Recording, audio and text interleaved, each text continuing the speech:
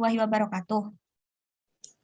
Waalaikumsalam warahmatullahi wabarakatuh. Waalaikumsalam warahmatullahi wabarakatuh. Baik, terima kasih buat teman-teman yang sudah join Zoom.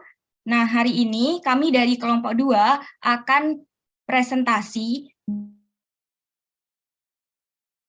dengan gerak kursi linear dengan anggotanya sebagai berikut. Baik, langsung saja untuk yang pertama adalah pembahasan mengenai fungsi bernilai vektor yang akan disampaikan oleh Rindi. Kepada Rindi, saya silakan. Baik, terima kasih Intan.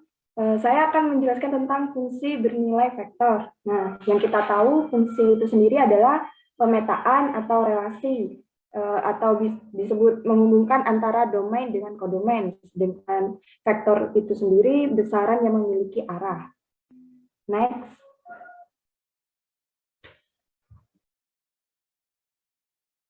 Nah, sudah kita maklumin bahwa fungsi bernilai real adalah fungsi yang daerah asalnya, domain maupun daerah hasilnya, yaitu bernilai real.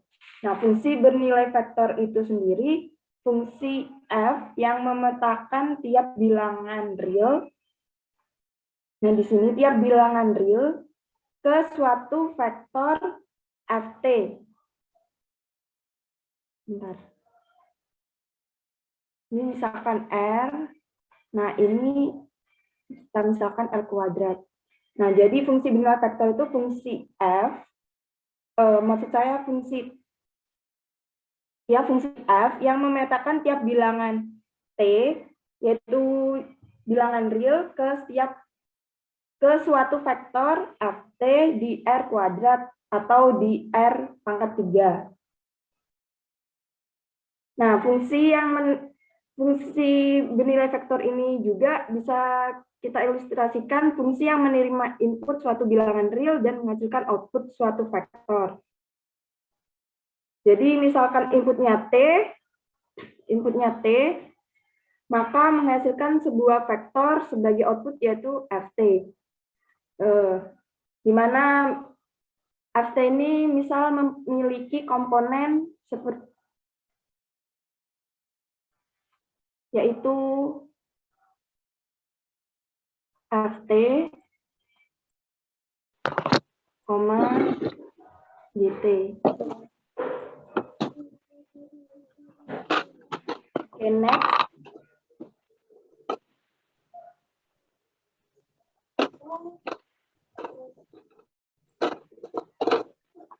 Nah, sekarang kita bahas fungsi bernilai vektor pada R kuadrat, yaitu fungsi yang domainnya bernilai real, sedangkan range-nya bernilai vektor Ft. Jadi, T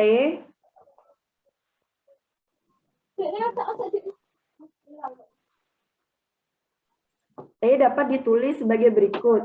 Fti ditambah Gtj, di mana I dan J ini merupakan notasi kombinasi linear. Yang seperti biasa vektor satuan dalam arah sumbu X positif.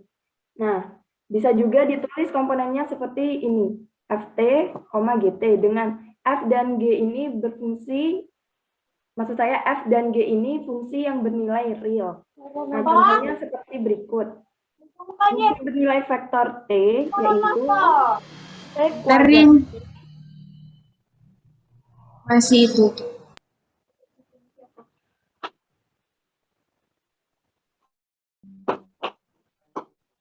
Sebagai Tidak contoh, kedengeran. ya, saya Datul.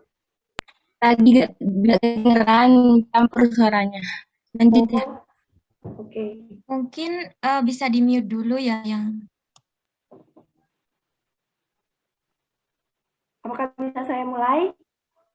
Ya sudah tidak terdengar. Baik. Jadi contoh dari fungsi bernilai vektor R kuadrat ini seperti ini. Ft yaitu T kuadrat I ditambah E pangkat T J sama dengan T kuadrat, E pangkat T, di mana fungsi komponen dari Ft itu sama dengan ini, T kuadrat. Dan fungsi komponen dari GT yaitu E pangkat T.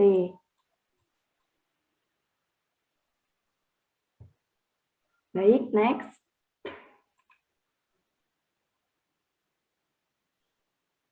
Nah, sama seperti sebelumnya pada R kuadrat. Nah, sekarang yaitu pada R pangkat 3, fungsi bernilai vektor didefinisikan dengan fungsi bernilai vektor Ft adalah fungsi dengan domain di mana D bagian R dan daerah nilai Rn untuk N sama dengan 3.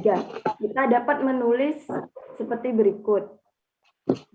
Fungsi bernilai vektor Ft sama dengan FTI ditambah GTJ ditambah HTK. Atau bisa kita tulis sebagai berikut, FT, GT, HT. Jadi notasi kombinasi linear ini dari vektor IJK ini bisa tidak usah ditulis seperti ini. Nah, contohnya seperti ini. Bilangan vektor Ft yaitu T kuadrat I ditambah E pangkat TJ ditambah 2K sama dengan T kuadrat tambah E pangkat T ditambah 2. Oke, next. Nah, bagaimana dengan fungsi bernilai bilangan, di mana inputnya bilangan dan outputnya itu adalah bilangan. Untuk fungsi bernilai vektor, kita juga akan bisa melakukan kalkulus terhadapnya, yaitu dengan menghitung, kita bisa menghitungnya dengan perhitungannya dengan limit, ada turunan dan integral. Nah, bagaimana dengan limit, yaitu secara intuisi limit T mendekati C, bilangan vektor Ft sama dengan L. Bermakna bahwa vektor Ft menuju ke vektor L ketika T mendekati C. Dengan kata lain, ia bermakna bahwa vektor Ft dikurangi L mendekati 0 ketika T mendekati C. Seperti gambar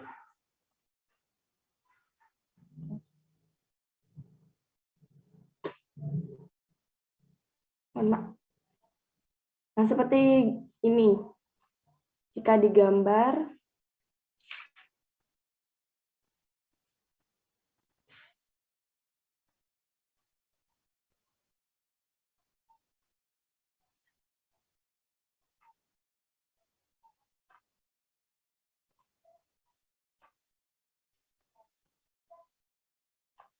misalkan di sini adalah L dan di sini adalah Ft.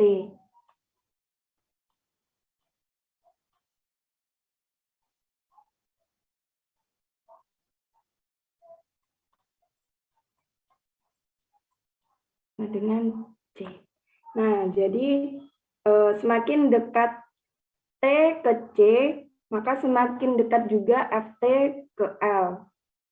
Jadi definisi dari limit fungsi bernilai vektor itu mengatakan bahwa limit T mendekati C, Ft sama dengan L berarti bahwa untuk masing-masing epsilon lebih dari 0 yang diketahui, atau betapapun kecilnya, terdapat delta lebih dari 0 yang berpadanan sedemikian rupa sehingga mutlak Ft dikurangi L kurang dari epsilon, asalkan bahwa 0 kurang dari mutlak T kurangi C kurang dari delta, yaitu seperti ini. Jadinya mutlak Ft kurangi L kurang dari epsilon. Oke, next. Nah, namun ada teorema juga yang memungkinkan untuk menghitung limit itu bernilai vektor dengan menggunakan sifat-sifat fungsi bernilai skalar. Kenapa? Karena di fungsi bernilai vektor itu sendiri terdiri dari komponen-komponennya itu sendiri yang bernilai skalar, seperti teorema berikut. Misalkan Ft sama dengan FTI ditambah GTJ dan ditambah HTK, maka F memiliki limit di C. Jika dan hanya jika F dan G dan H ini memiliki ini limit T mendekati C FT itu, jadi kita menghitung limitnya setiap komponen, pada masing-masing komponennya. Jadi, limit T mendekati C FTI ditambah limit T mendekati C GTJ ditambah limit T mendekati C HTK. Nah, contohnya sebagai berikut. Hitung limit T mendekati P per 2, di mana T kuadrat ditambah 1I ditambah 2 sin TJ ditambah 5 cos 3TK. Jika ada. Karena limit T Pi mendekati Pi per 2, T kuadrat ditambah 1, yaitu sama dengan Pi kuadrat ditambah 1.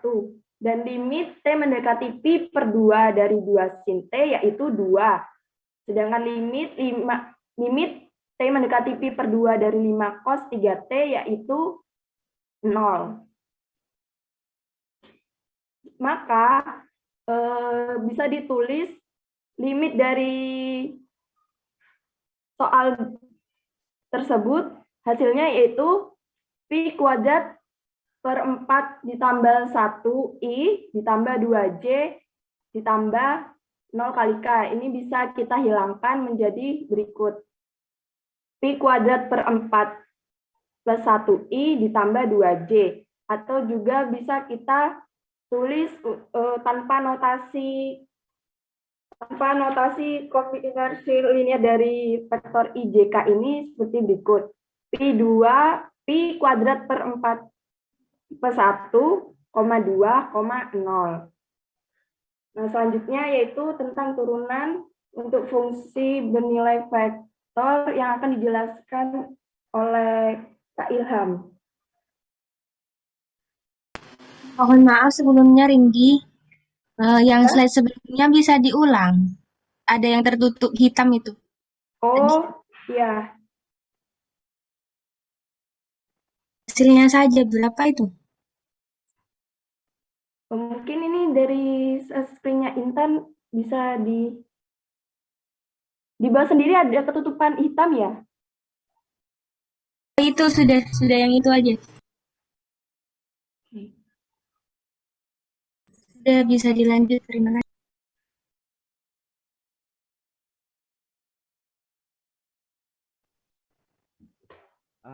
Baik, apakah suara saya terdengar dengan jelas? Sudah, Kak. Sudah, Kak. Setelah kita belajar tentang limit pada fungsi bernilai vektor, kita menyadari bahwa perlakuan fungsi bernilai vektor itu sama dengan kita mengerjakan fungsi yang bernilai real atau skalar ya. Karena tadi kan kita sudah belajar di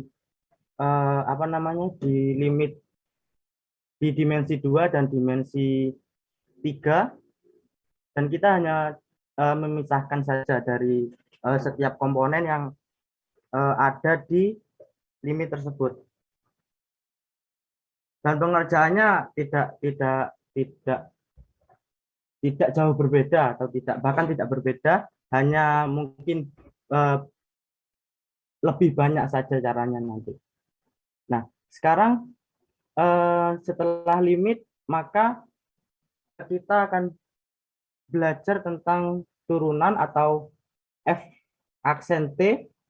F-nya besar karena di situ adalah sebuah fungsi yang bernilai vektor. Nah, ini rumus, sebentar saya ambil dulu.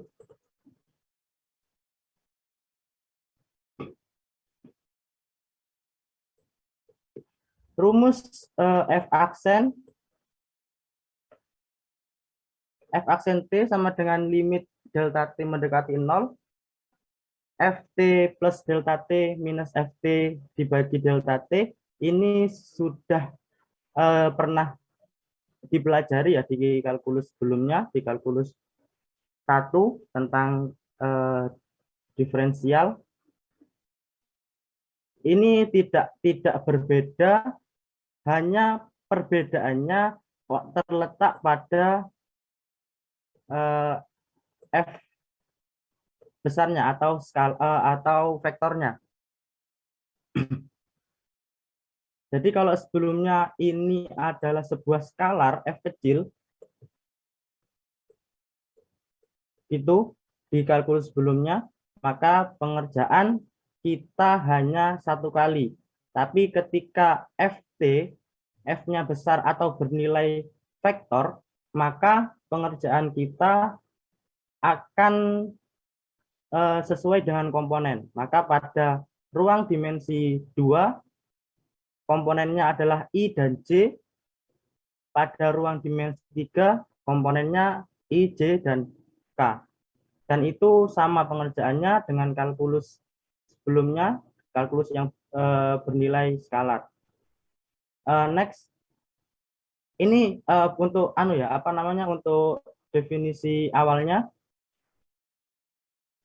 Untuk definisi awalnya, jangan dilupa. Sebentar, habis baterai.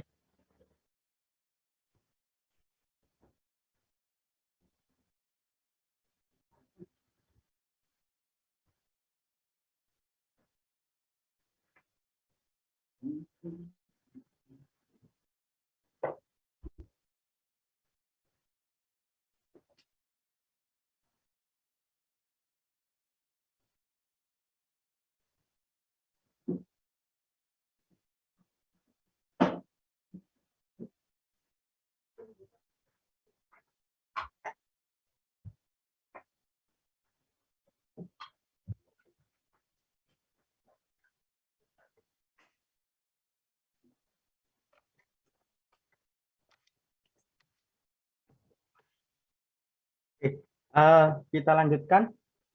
Definisi ini jangan sampai dilupakan karena ini definisi dasar ya untuk pembuktian dan pengerjaan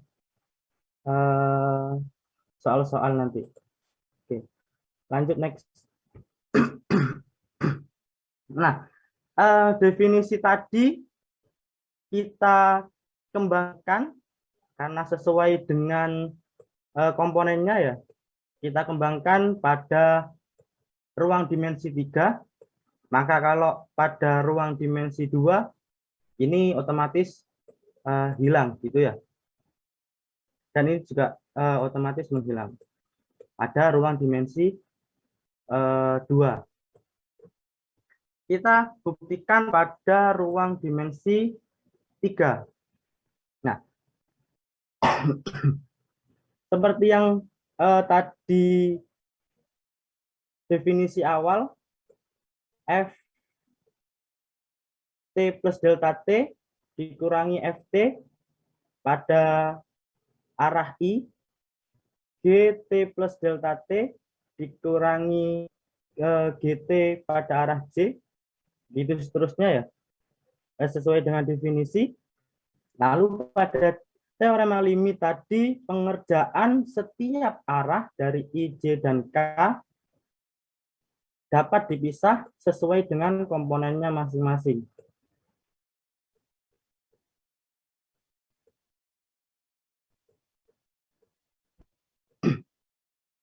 Setelah dipisah, maka terlihat bahwa ini adalah definisi dari F aksen T. Itu ya. Dan seterusnya. Ini G aksen T dan ini H aksen K. Maka turunan dari vektor Ft dapat kita ringkas juga. Kita dapatkan definisi Ft sama dengan F aksen Ti plus G Tj plus Ht K. Ini skalar ya, berbeda jadi F-nya. setelah kita pelajari F vektor atau notasi vektor pada minggu sebelumnya. Dan ini maka dari rumus tersebut kita dapatkan sebuah hasil yaitu F aksen T, G aksen T, H aksen T. Next.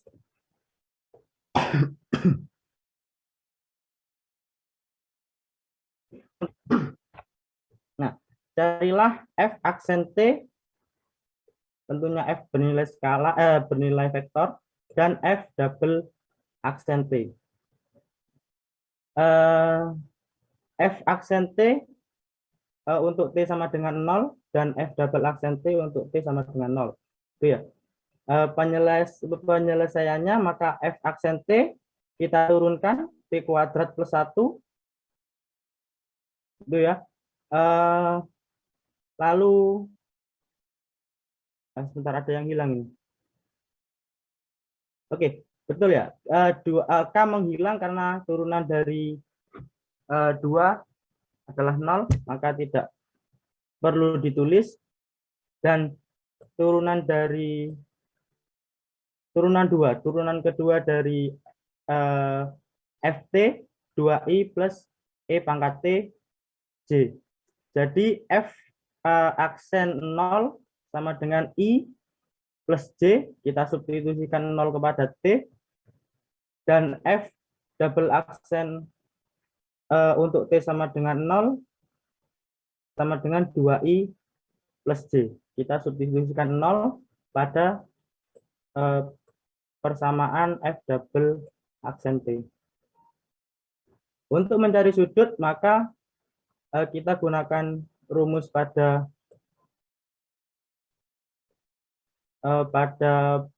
ini pelajaran di trigonometri. Sehingga kita dapatkan 3 per akar 2 kali akar 5 atau sekitar 0,3218. Itu sekitar 18,43 derajat. Sampai sini, sebelumnya. Sampai sini mungkin ada yang ditanyakan dulu untuk teorema dasar dan cara pengerjaan.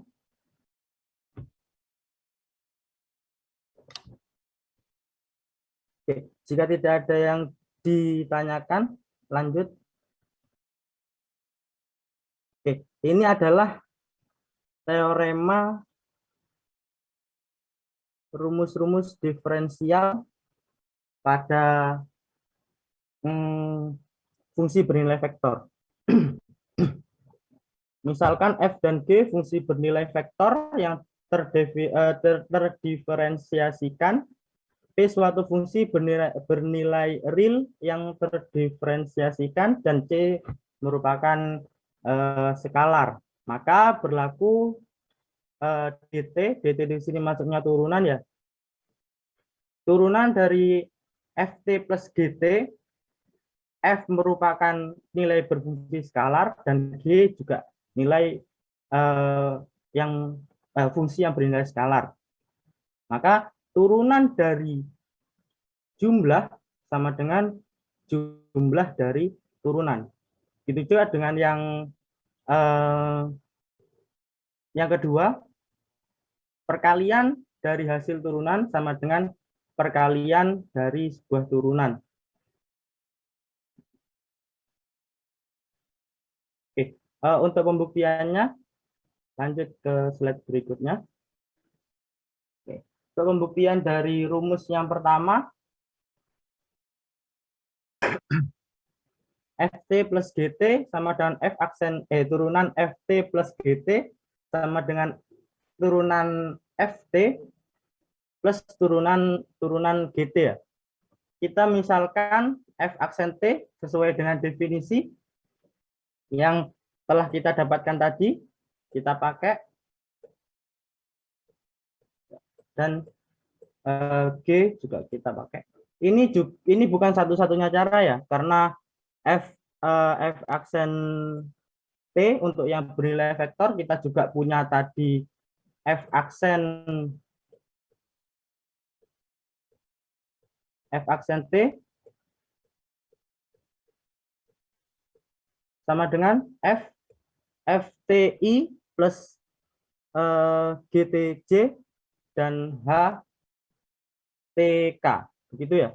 Jadi kita bisa memisalkan FT dengan F aksen T dengan FTI plus GTJ plus HTK. Jadi kita tidak hanya bisa menggunakan definisi ini, kita juga bisa menggunakan definisi yang telah kita pelajari tadi untuk membuktikan rumus-rumus ini. Nah, sehingga turunan FT plus GT sama dengan limit delta T mendekati 0, FT plus delta T plus GT plus delta T min FT min GT. Ini sesuai dengan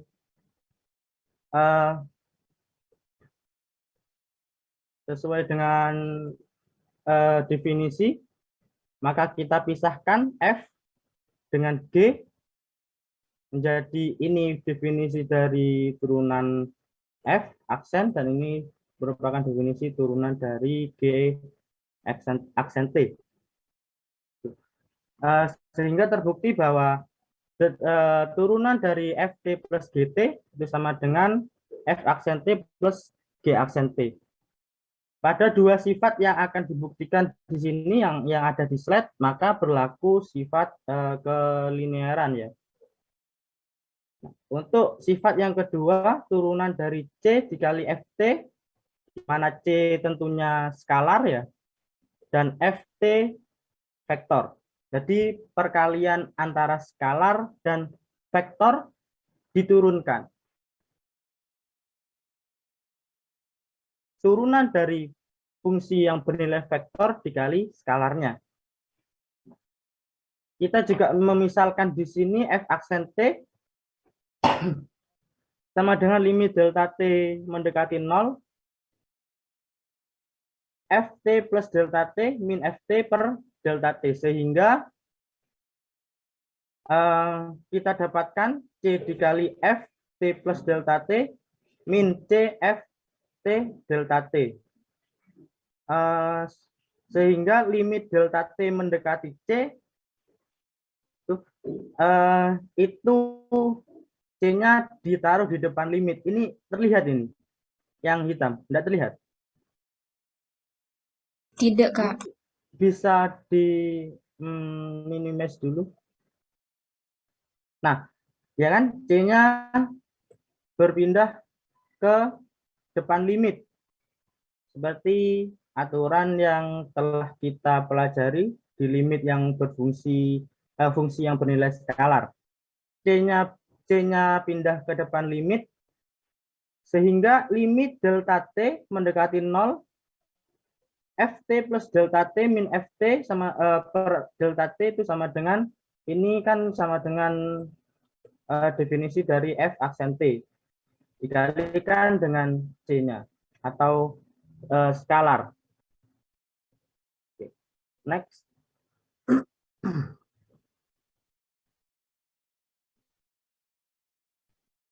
Nah, pada sifat ketiga ini perbedaannya PT juga skalar kan ya, sama kayak sifat yang kedua tadi, C-nya juga skalar. Perbedaannya skalar pada sifat ketiga itu juga bergantung pada T.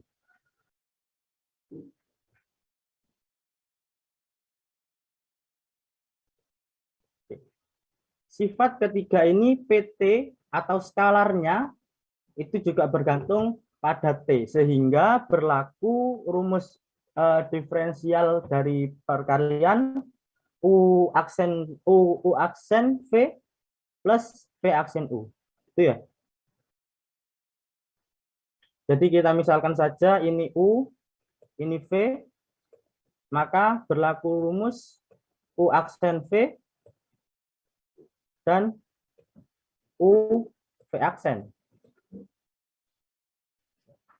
Ini rumus di kalkulus 1 tentang perkalian diferensial.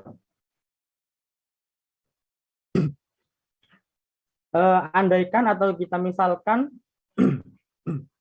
Ft sama dengan F1 TI plus F2 TJ. Kita misalkan di sini pada ruang dimensi, misalkan di ruang dimensi 3, maka kita tambahkan di sini F3 T TK. Itu ya. Sehingga rumus-rumus di bawahnya tinggal menambahi dan tinggal mengikuti saja. Nah, determinan atau turunan dari PT dikali dengan FT sama dengan DT, ya, turunan dari PT, FT-nya kita substitusikan, kita masukkan F1T plus F2T, turunan dari PT kita kalikan seperti biasa, PT F1T plus PT F2T, itu maka ini sudah jadi skalar, ini juga jadi skalar, ini skalar, dan ini juga sudah menjadi skalar. Sehingga berlaku rumus ini tadi, U aksen V plus U V aksen. Sehingga PT F aksen 1 T, ya ini kurang T, plus P aksen T F1 T, plus PT F aksen 2 plus P aksen T F2 T. Saya mau tanya, mungkin dari kalian ada yang tidak paham dari mana asalnya dari rumus atau persamaan ini? Paham, Kak, dari UV. Nah, dari UV ya. Sehingga kita bisa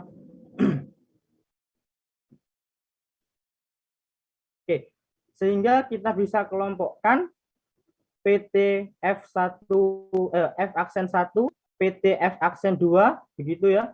Sehingga PT-nya di sini kita kelompokkan saja PT yang tidak diaksen dengan F yang diaksen gitu.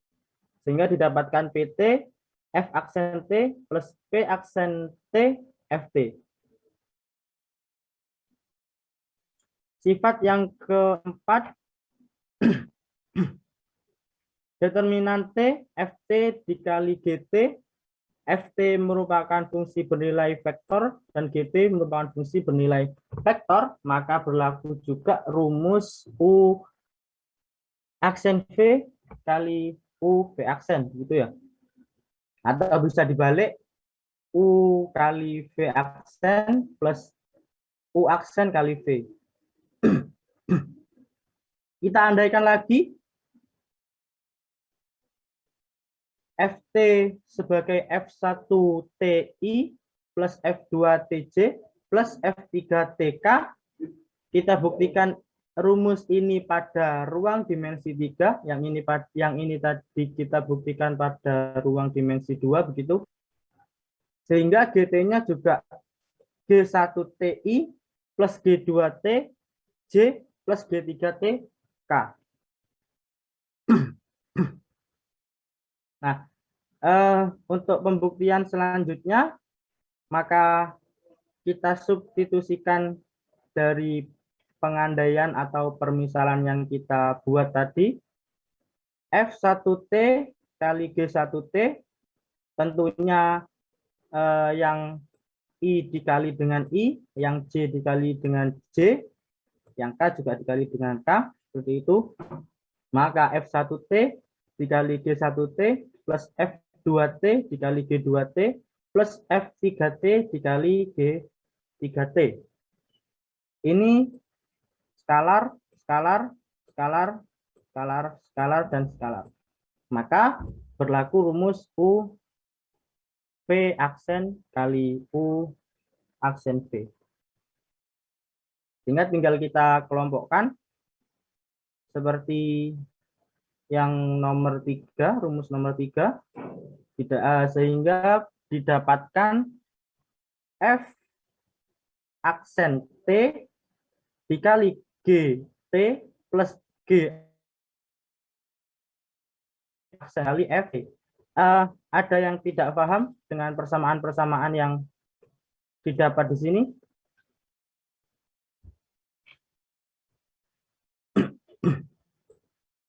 Saya kira paham ya, karena tinggal mengelompokkan saja. Oke. Pada rumus kelima, turunan dari FT dikali GT, tentunya perbedaannya tadi adalah dot product, yang ini adalah cross product. Nah, FT kali G aksen T sama dengan FT kali G aksen T plus F aksen T kali G T. Ini sama saja pembuktiannya kayak yang nomor 4. Jadi kita misalkan FT sebagai fungsi yang skalar, F1TI plus F2TC plus F3TK. G-nya juga seperti itu, kita jadikan skalar G1TI, G2TC, dan G3TK. Sehingga didapatkan persamaan berikut. Nah, persamaan ini kita substitusikan saja, lalu kita kelompokkan sedemikian sehingga kita mendapatkan F aksen T kali GT plus G aksen T kali FT. Sampai sini mungkin ada yang ditanyakan terkait dengan persamaan-persamaan yang ada di slide.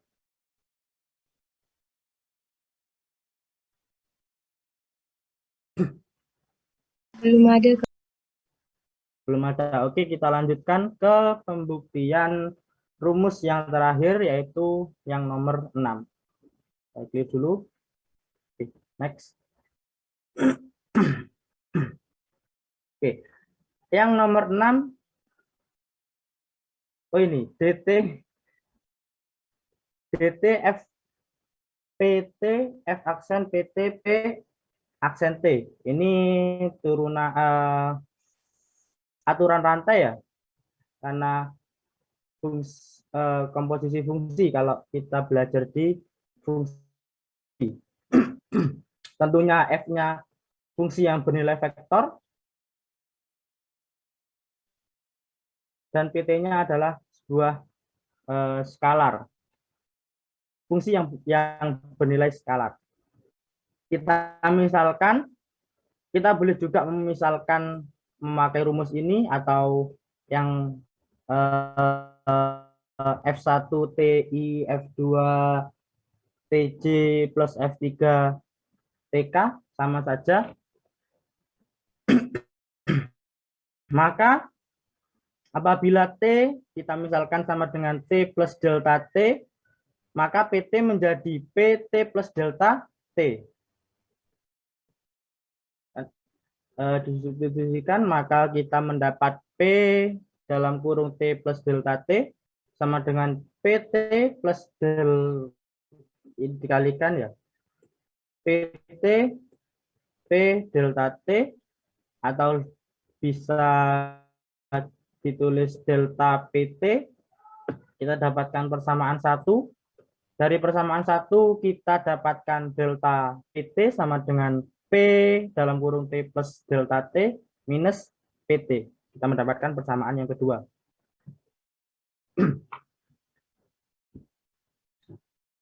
Di sini berdasarkan rumus turunan, maksudnya rumus ini ya, delta F PT per delta T untuk limit delta T mendekati 0 sama dengan limit delta T mendekati 0 F P dalam kurung T plus delta T minus F PT per delta T. Menurut persamaan 1 kita peroleh limit delta T mendekati 0 F PT plus delta PT min FPT per delta T. Ya, dari sini merupakan bentuk ini, jadinya seperti ini. Ya, jadi di sini berubah, sehingga menurut persamaan 1 kita peroleh FPT sehingga limit delta T mendekati 0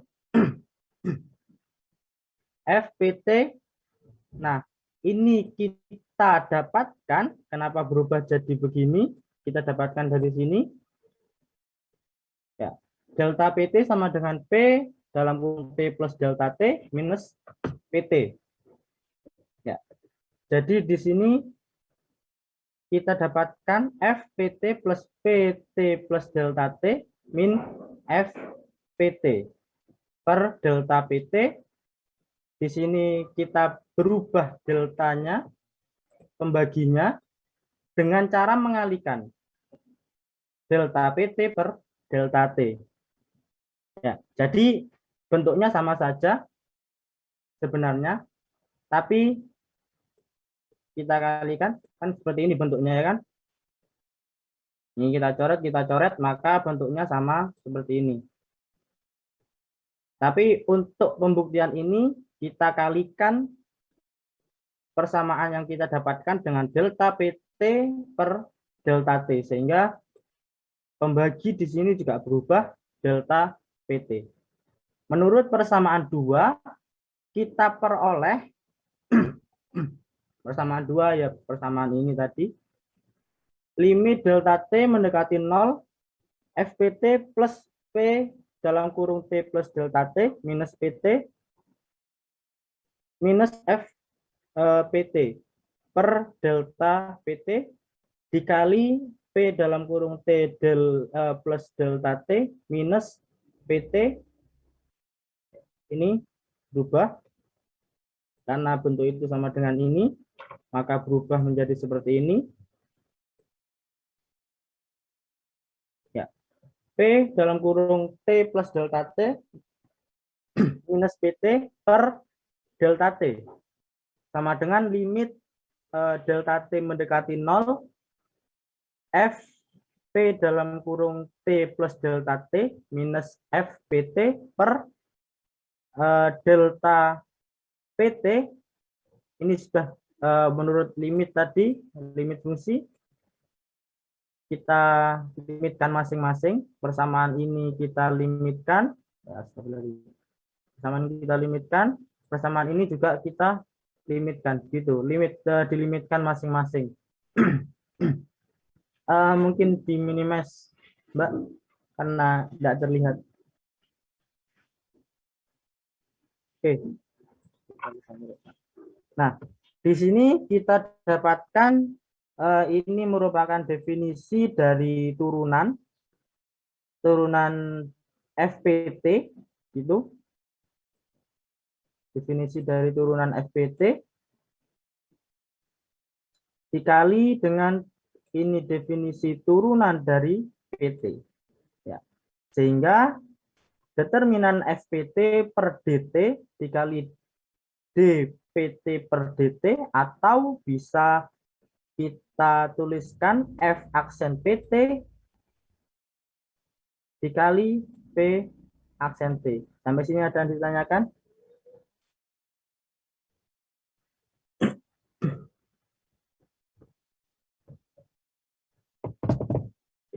Kalau tidak ada, oke, kita lanjutkan ke slide berikutnya tentang integral.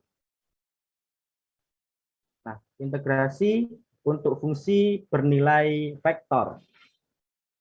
Integrasi dari fungsi f sama dengan fg.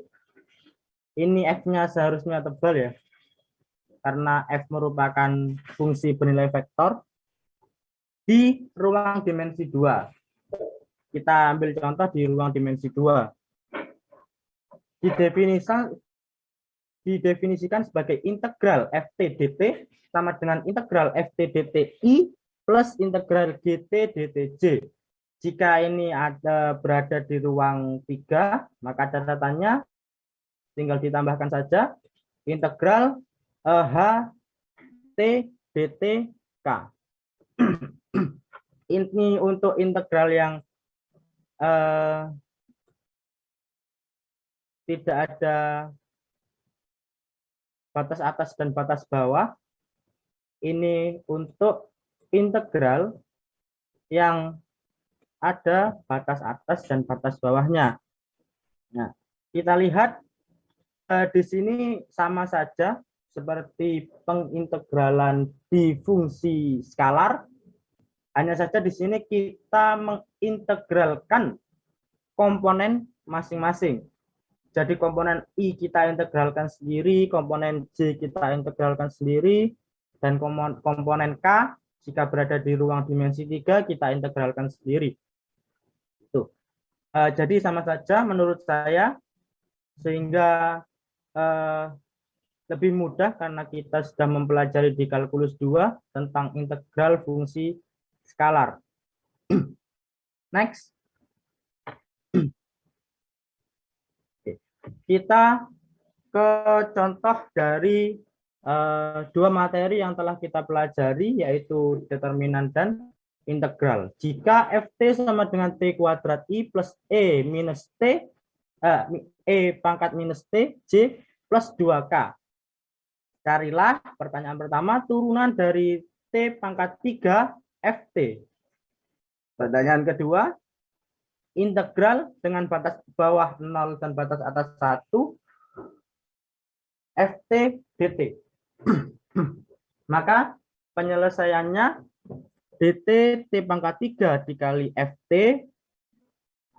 ini kita menggunakan sifat yang nomor 3, yang pt tadi, karena di sini skalarnya bergantung pada t.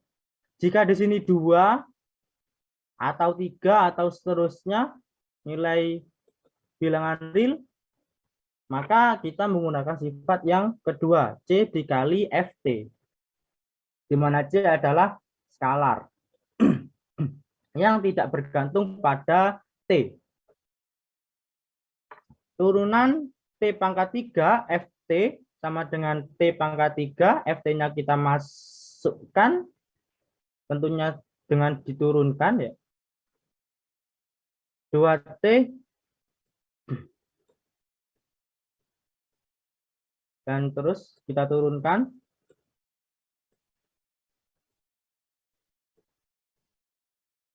Tuh. Sehingga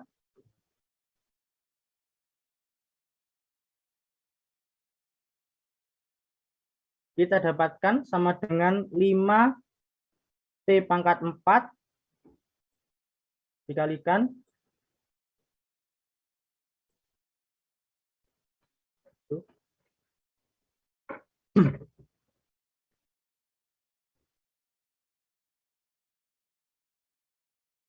menghasilkan 5 T pangkat 4I plus 3T pangkat 2 min T pangkat 3 E pangkat minus T J. Sepertinya ada yang salah. Turunan dari 2 seharusnya 0. Ya. Sehingga hasil ini tidak didapatkan. Hasilnya berarti pada 5T pangkat 4I plus 3T kuadrat minus T pangkat 3 E pangkat I minus T J. Ini 0 karena turunan 2.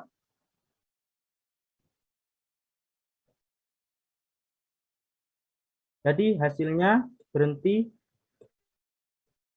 di sini. Ini kita coret. Anggap saja tidak ada. Gitu ya. Untuk yang B, integral batas bawah 0 dan batas atasnya 1 ft dt. Sesuai dengan definisi yang kita pelajari tadi,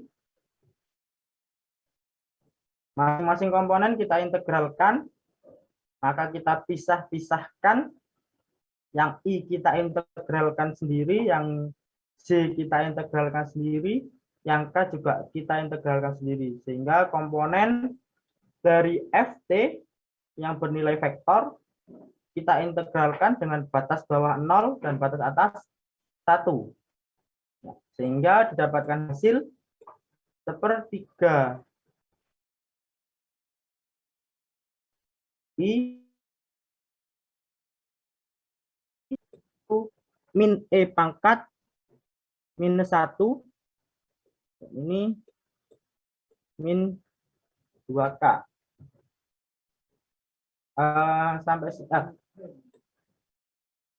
Sampai sini ada yang ditanyakan? Ini komponen masing-masing ya.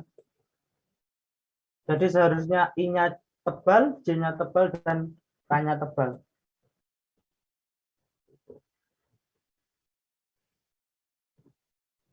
Sampai sini ada yang ditanyakan?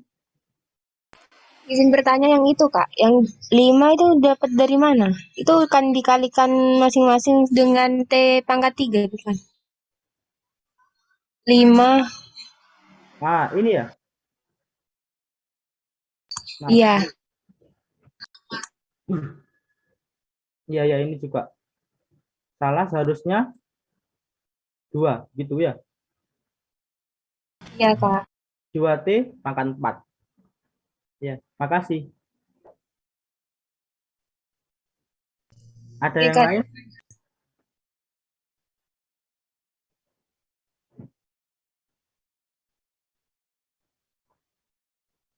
Lalu yang 3T itu, Kak. 3T kuadrat min T. 3T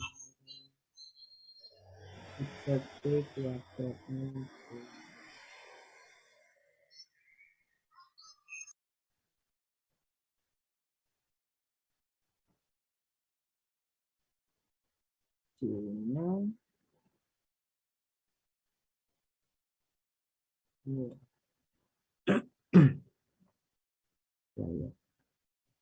Ya, berarti ini tidak ada ya. Saya tuliskan lagi hasilnya di sini. 2 jelek sekali. 2T pangkat 4 I plus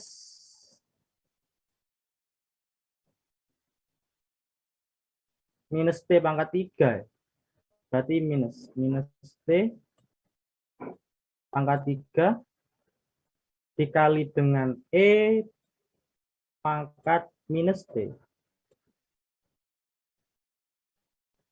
Ini J.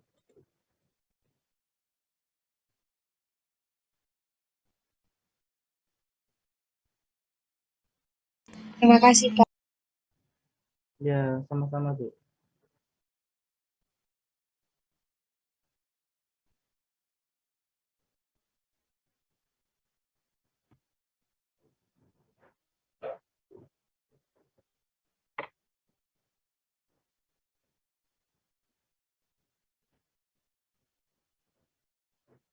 Oke, ada yang lain?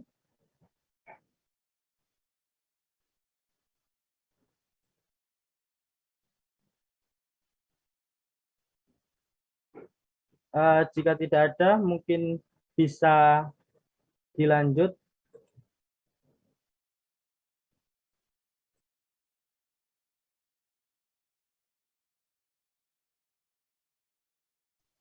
Baik, terima kasih.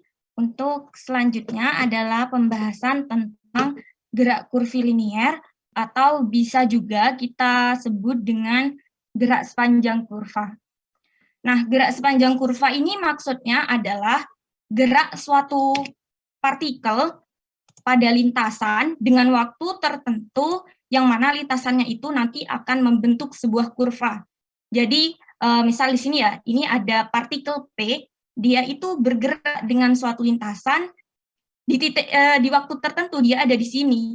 Nah, lintasannya ini, lintasan si P-nya ini membentuk kurva. Itulah yang dinamakan dengan gerak kurvilinear, geraknya si partikel P. Jadi, dimisalkan sebuah partikel bergerak sepanjang suatu kurva di ruang dengan persamaan seperti ini ya.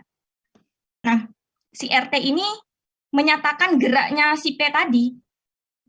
Dan si RT ini bisa kita nyatakan sebagai fungsi ya, fungsi karena ini menyatakan gerak, maka si RT ini adalah fungsi, yang mana fungsinya itu bernilainya vektor.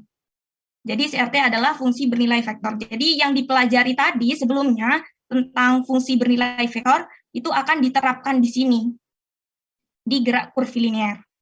Nah, si R ini kan vektor posisi ya. Nah, jadi sebutannya vektor posisi yang bisa dinyatakan dengan Ft, Gt, Ht. Nah, karena si RT menyatakan posisi, persamaan geraknya udah diketahui, berarti kita bisa mencari kecepatan dan percepatan dari gerak tersebut. Nah, seperti pada fisika, kalau kita belajar fisika, kecepatan itu turunan pertama dari si RT ya, kalau di sini RT. Sedangkan percepatan itu adalah turunan kedua dari si RT, atau kalau di sini dihubungkan sama VT, si percepatan itu adalah turunan dari kecepatan, turunan pertama dari kecepatan. Nah, sebagai contoh kayak bumi, bumi itu kita anggap sebagai titik. Dia itu kan mengorbit matahari ya. Nah, dia kan membentuk lintasan tuh pas waktu muterin matahari. Nah, lintasannya ini persamaan geraknya ada di situ. Jadi si bumi ini punya kecepatan sama percepatan. Kalau misal bumi tidak punya kecepatan, ya bumi tidak kira muterin matahari. Kalau tidak punya percepatan, kalau misalkan bumi punya kecepatan, tapi tidak punya percepatan yang mengarah ke matahari, jadi si bumi ini akan gerak terus, gerak lurus, tidak ke matahari. Jadi dari gerak kurvilinear, geraknya bumi. Atau contoh yang sederhana, misal kayak peluru kalau diluncurkan, dia itu kan akan membentuk lintasan kan, lintasan di ruang. Sama aja kalau kita main volley ketika dipukul, dia itu kan akan bergerak. Nah, lintasannya itu, geraknya si bola ini disebut dengan gerak kurvilinear. Nah, ini contoh kalau di contoh kurva di ruang dimensi 3. Bayangin, ini kalau bisa lihat ya. Nah, bayangin ada partikel.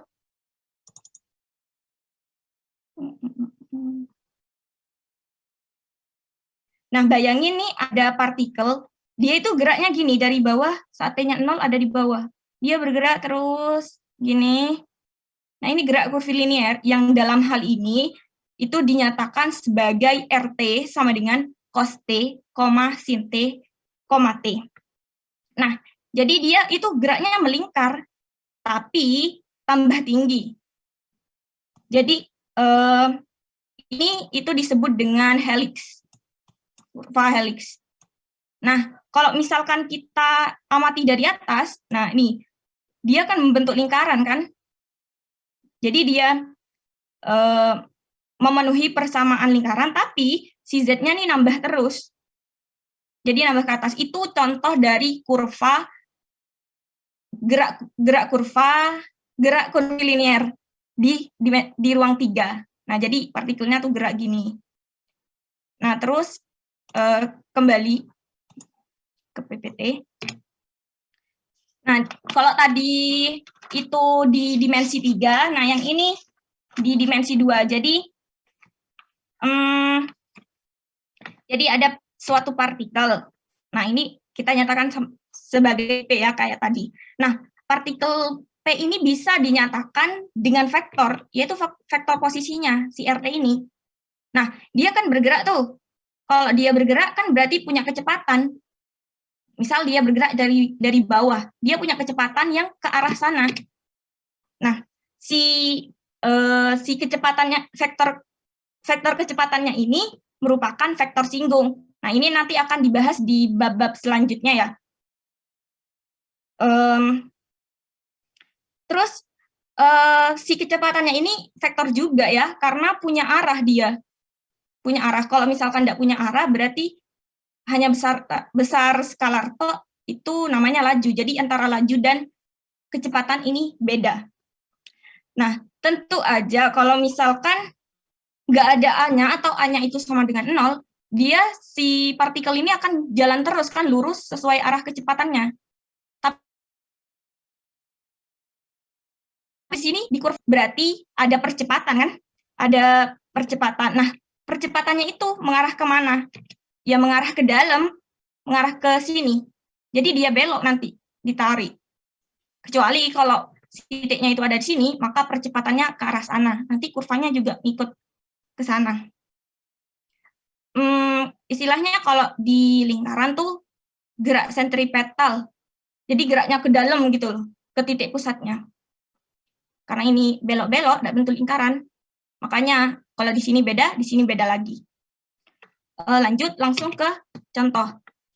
Diketahui sebuah partikel bergerak di bidang dengan persamaan RT sama dengan, jangan dulu. Dari yang tadi aku jelaskan, apa ada yang ditanyakan?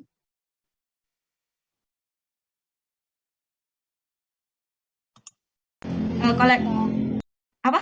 Oh, ya dah. Lanjut aja.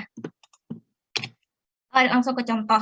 Diketahui sebuah partikel bergerak di bidang dengan persamaan RT sama dengan cos 2T, sin 2T. Dengan T-nya itu lebih dari 0. Kita diminta untuk menentukan vektor kecepatan dan percepatannya. Terus yang kedua, kita diminta untuk memeriksa apakah vektor kecepatannya ini tegak lurus dengan si vektor posisinya, dan percepatannya apakah tegak lurus sama si kecepatan. Yang ketiga, kita diminta untuk membuktikan bahwa lajunya, yaitu VT, itu konstan. Oke. Untuk yang pertama, tadi kan kalau misalkan kita mau nyari vektor kecepatan, itu tinggal nurunin si RT kan, kecepatan, berarti turunan pertama dari si RT. Nah, kalau mau nurunin ini, fungsi yang bernilai vektor, kan sudah dijelaskan tadi. Jadi kita nurutkan setiap komponennya. Jadi si kecepatan sama dengan negatif 2 sin 2T, 2 cos 2T. Jadi per komponennya diturunkan. Terus diminta untuk menentukan vektor percepatannya. Vektor percepatan berarti turunan pertama dari vektor kecepatan, yaitu AT sama dengan negatif 4 cos 2T, negatif 4 sin 2T. Nah, coba di sini bisa dilihat ya, ada yang unik di sini. Jadi si AT, si percepatan itu sama dengan negatif 4 RT kan? Nah, ini sama dengan negatif 4 RT. Artinya, si percepatannya itu, dia vektornya sejajar, tapi berlawanan arah, karena satunya positif, satunya negatif. Dan si percepatan ini, dia itu lebih panjang 4 kali daripada vektor posisinya.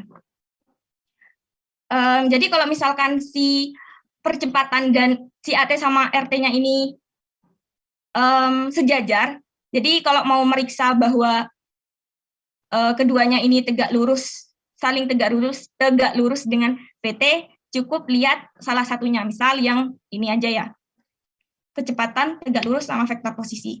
Nah, suatu vektor seperti yang kita pelajari sebelum-sebelumnya, kalau dua vektor itu saling tegak lurus kalau perkalian titik kedua vektor itu menghasilkan 0, sama dengan 0. Nah, coba kita periksa. Jadi VT kali titik dengan RT. Nah, kali titik kan berarti komponennya dikalikan. Yang komponen X, negatif 2 sin 2T dikali cos 2T.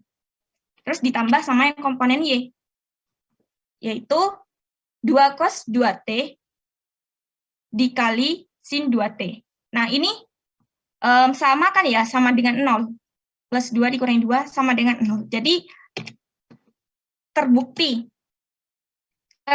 kalau si VT kecepatan, vektor kecepatan sama vektor posisinya ini saling tegak lurus. Makanya bisa kita simpulkan bahwa kecepatan ini tegak lurus sama vektor posisinya.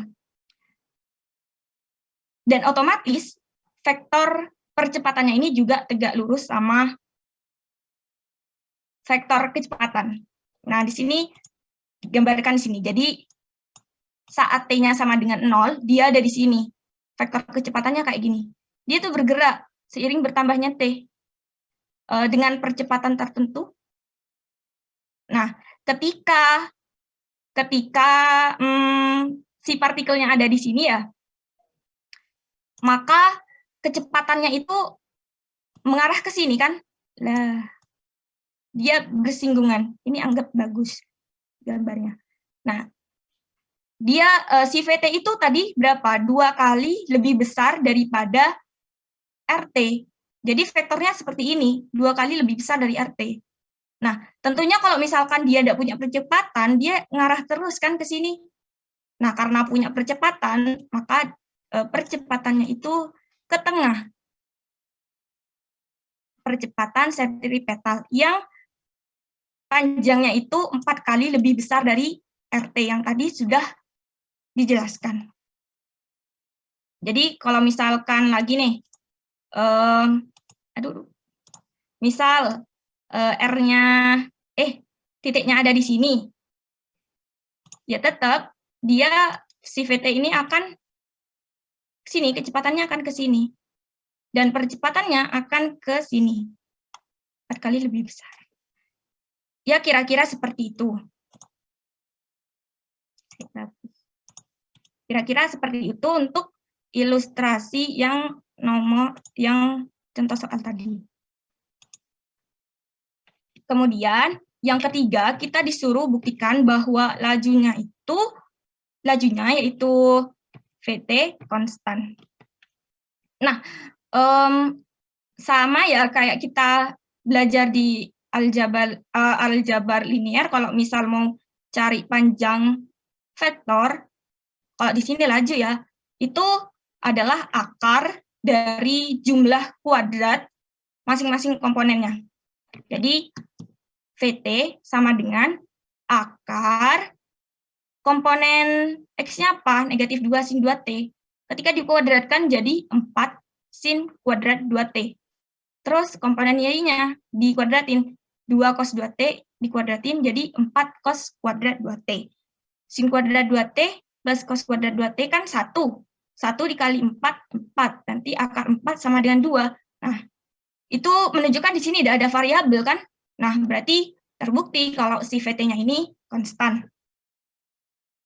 Mungkin dari sini ada yang mau ditanyakan terkait soal ini? Dari saya tidak ada. Ya, ada. Lanjut aja, kalau tidak ada. Selanjutnya, soal lagi. Jadi, di soal bilang diketahui sebuah partikel bergerak di bidang atau ruang dengan RT menyatakan vektor posisinya pada saat T. Ilustrasinya seperti kayak tadi itu ya. Nah, di sini kita diminta membuktikan bahwa panjang RT-nya ini konstan jika dan hanya jika RT dikali titik dengan R aksen T ini sama dengan 0, atau RT dikali kecepatan itu sama dengan 0.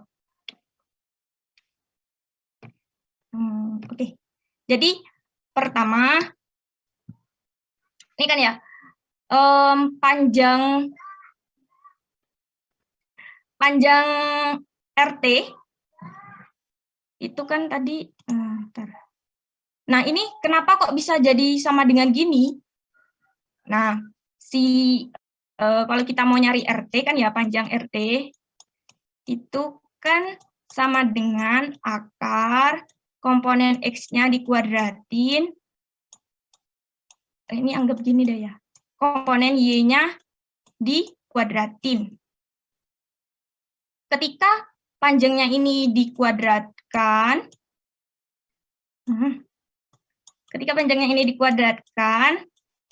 berarti ruas kanan jadinya XR kuadrat plus Y komponen Y dikuadratin.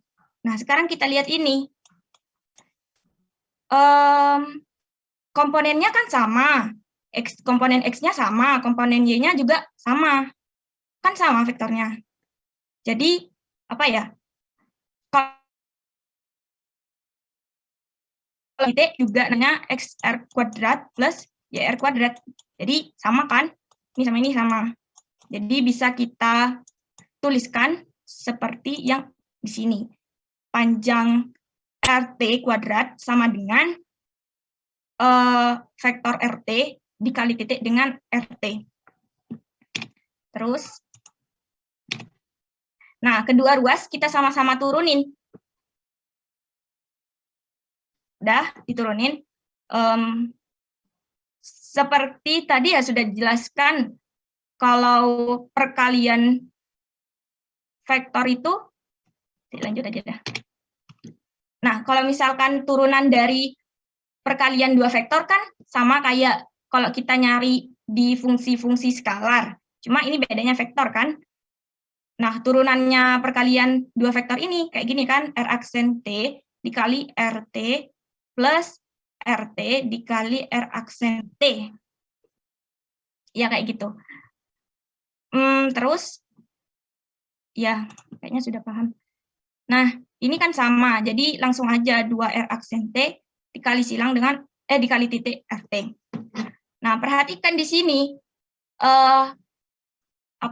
kalau misalkan RT-nya ini konstan, panjang RT-nya konstan, meskipun dikuadratin, meskipun diapain, kalau diturunkan, pasti kan hasilnya 0.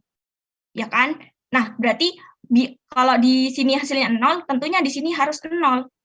Di sini akan 0, di ruas kanan akan 0, jika dan hanya jika R aksen T dikali silang dengan RT itu hasilnya sama dengan 0. Jadi bisa kita simpulkan bahwa panjang RT ini konstan jika dan hanya jika vektor RT ketika dikali titik dengan R aksen T itu sama dengan 0. Yang ada di soal ini seperti pada ilustrasi pada gerak melingkar. Jadi jari-jarinya tuh sama, panjang vektor posisinya sama. Yang kalau di lingkaran tuh jari-jari yang muter-muter tadi. Nah, soal ini sebenarnya ada di latihan soal buku kalkulus ya, di subbabnya fungsi bernilai vektor dan gerak kurvilinear. Mungkin apa ada yang ditanyakan sampai sini? Belum ada, Kak. Baik. Itu sekian presentasi dari kelompok 2. Mungkin ada yang mau ditanyain. Coba dibuka anunya aja, makalahnya. Kayak ada yang sedikit hilang di PPT. PDF-nya di share screen terkait dengan contoh soal yang determinan dan integral.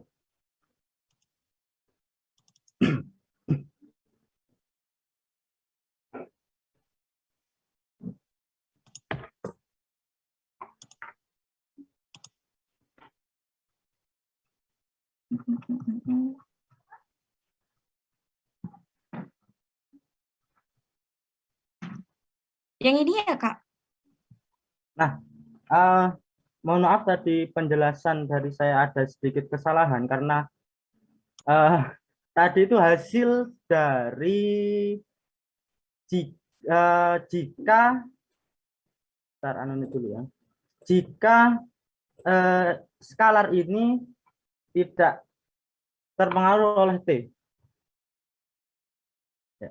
Saya tadi sudah bilang bahwasanya determinan T pangkat 3 FT itu yang berlaku adalah rumus yang ketiga. Sehingga berlaku aturan U aksen kali V plus U V aksen.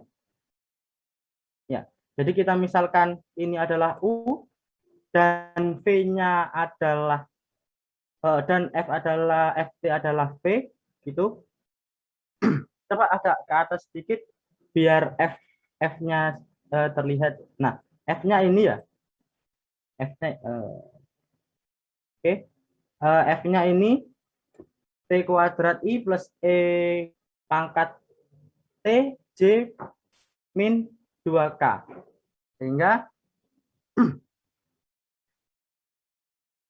di sini berarti U V aksen U aksen kali V. Gitu ya. Berlaku aturan perkalian dari dua skalar. Determinan, aturan determinan perkalian. Kalau hasil tadi yang saya presentasi waktu di PPT, itu aturan dipakai jika ini tidak terpengaruh oleh T. Ya, misalkan 2 atau 3 atau 4 lah ya. Sehingga pada rumus yang kedua tadi C. Kita tuliskan C, skalar saja, tanpa terpengaruh oleh T. Kalau pada rumus yang ketiga, ini kita tadi tuliskan P dalam kurung T, sehingga P terpengaruh oleh T. Nah, di sini T pangkat 3 jelas terpengaruh oleh T, sehingga aturan yang berlaku adalah U V aksen plus U aksen V ya. Jadi U-nya T3, T pangkat 3, kita misalkan saja. FT-nya kita misalkan V, gitu ya. Sehingga di sini U T pangkat 3, terus ini adalah V aksen. Turunan dari FT. Ya. Terus ini adalah U aksen, turunan dari T pangkat 3, 3 T pangkat 2. Nah, ini adalah FT tanpa diturunkan. Ya, yang tadi kita misalkan V. Sehingga baru kalau sudah sampai sini kita kalikan satu persatu. Gitu. Nah, itu ya. Sehingga 5T pangkat 4 didapat dari 2T pangkat 3.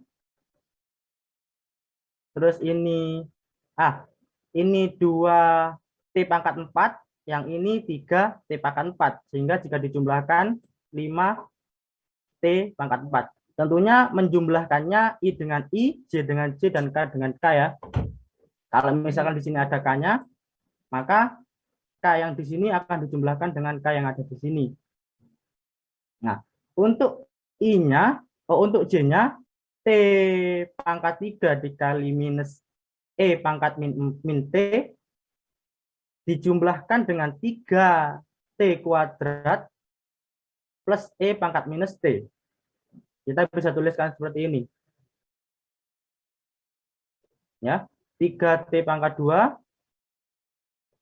minus 4 minus T pangkat 3 dikali dengan E pangkat minus T. Ya, saya clear dulu. Sehingga K-nya di sini terlihat didapat dari ini. 3T kuadrat dikali dengan 2K. Hingga 6T kuadrat K. Mungkin di situ saja. Tadi kesalahan dari presentasi saya karena menghilang tadi slide-nya. Aturan U V aksen U kali plus U aksen V. Sehingga yang berlaku di sini itu tadi ya, aturan U aksen V, U V aksen. Bukan rumus yang kedua, bukan rumus yang C yang berlaku. Gitu. Mungkin ada yang ditanyakan lagi terkait penjelasan yang ini, turunan contoh soal. Sudah paham, Kak. Terima kasih. Ya, sama-sama. Oke, bisa dilanjut.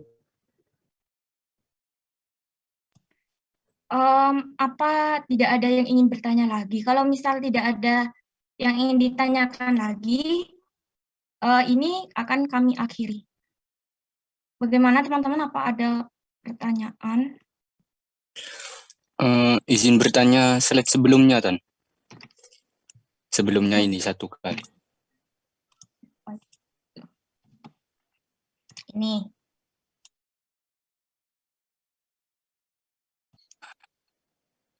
Apa Gun? Pertanyaannya silakan.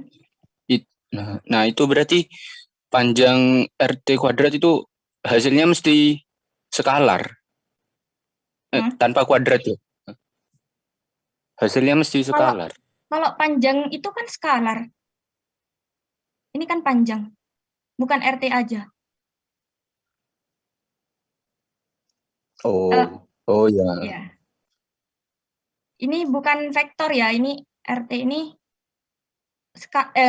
ini kan mutlak RT itu. Ini menyatakan panjang vektor posisinya. Jadi yang di sini nih panjang vektor posisinya. Jadi skalar, makanya hasilnya juga skalar.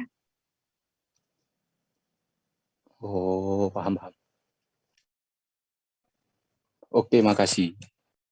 Baik, apakah dari teman-teman yang lain ada yang ingin ditanyakan lagi? Persilakan.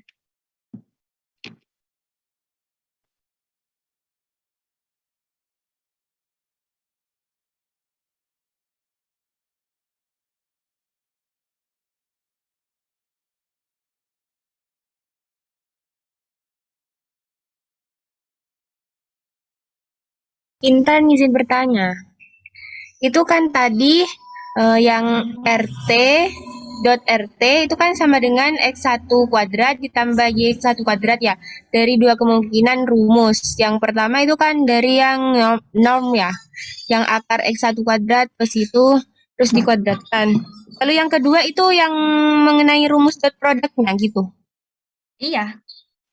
Kalau misal perkalian titik kan setiap komponennya dikuadratin terus dijumlahkan ya. A1, B1, A2, B2. A-nya sama, B sama. Ya, Tan. Iya. Oh iya, terima kasih Intan. Tadi agak bingung.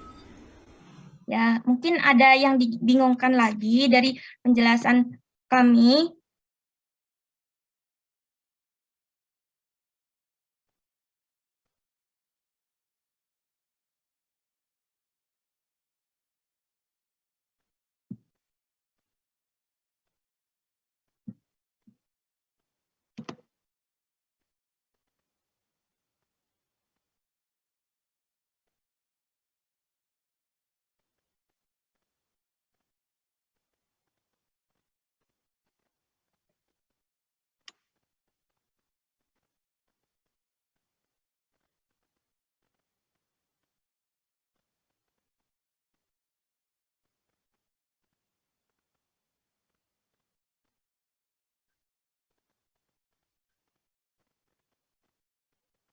Baik, sepertinya tidak ada yang mau bertanya lagi.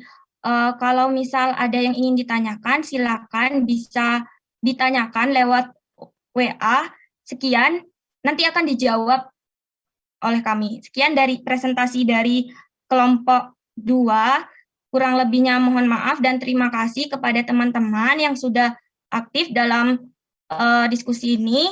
Semoga bermanfaat. Sekian, wassalamualaikum warahmatullahi wabarakatuh. Waalaikumsalam warahmatullahi wabarakatuh.